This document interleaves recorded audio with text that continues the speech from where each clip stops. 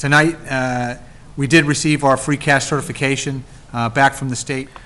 Based on the state certification, general fund has been certified for $4.6 million, or $4,600,377,000 of free cash. Just a real quick explanation of where that free cash came from and what it consists of. Approximately $1 million of that, roughly $990,000, was previous free cash that had been allocated for CIP projects that had not been begun. When COVID impacted, I did come before you and asked to suspend spending on those projects while we assessed COVID. So that portion was certified as well as a part of that $4.6 million. The $3.6 million of that, which approximately 3.2, a little bit more, was the turnbacks that we had asked from each of our departments as COVID began to onset and we were going through the initial reactions to our COVID-19 response. So that created the opportunity for this $4.6 million in total. Since the beginning of July, the Commonwealth has been operating in at least the first 2 months on a 1/12 budget. They came in with 1/12 budget numbers, so we very much look like FY20 in the dollars that we had received.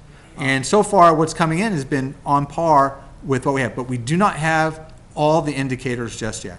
Based on our run of the numbers from the 10%, we're probably $2 million on the plus side if the governor's budget were adopted as it is written today. The likelihood of that, I think history has shown us that every time that budget number has gone in, it's been reduced somewhere along the line, and that we should expect to see that still to hold true.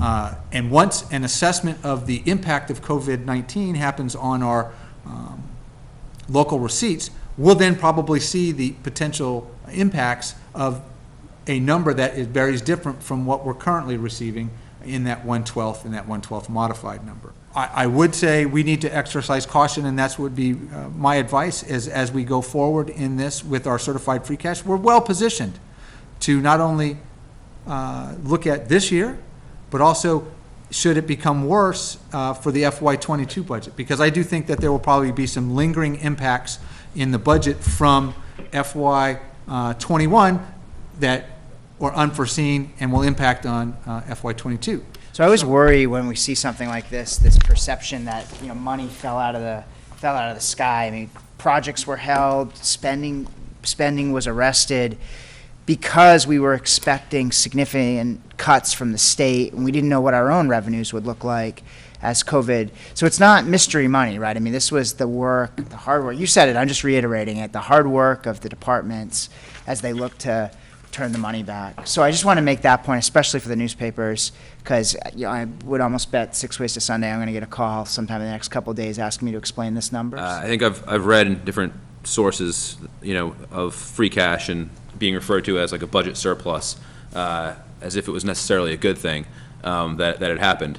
And in this case, it was fully accounted for and planned for, so it is a good thing. But on a normal basis, I don't think it's actually an efficient use of a town's money for a whole big chunk of cash not to have been spent where it was allocated to be spent. It's actually, I think in terms of a sound fiscal management of a town, you really wouldn't want to have a lot of free cash coming back unless it was for an unforeseen circumstance and things that you can't plan for. So I kind of want, that's been bugging me for a while, because I don't think people necessarily understand that too much free cash isn't necessarily good on a year-to-year basis. It's a representation of poor planning. Yeah, how efficiently are you spending your money in the town? Residents and taxpayers should have a concern if you develop a number that is, aggressive or very high each year, because they could make a fair argument that they're being overtaxed. If you strip out the approximately $1 million for the CIP that we put on hold, you strip out the $3.2 million that were for the turnbacks from, and remember, we have a hiring freeze that's still in place today. Mm-hmm. And we do selective hiring based on maintaining service levels and commitment to our residents.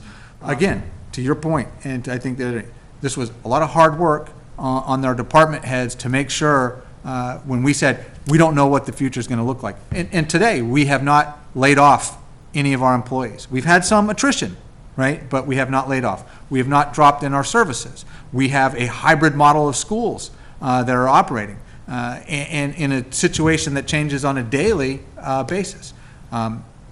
Because of the hard work of those department heads that said, here's what we can do, and we'll maintain those services and commitments to our residents.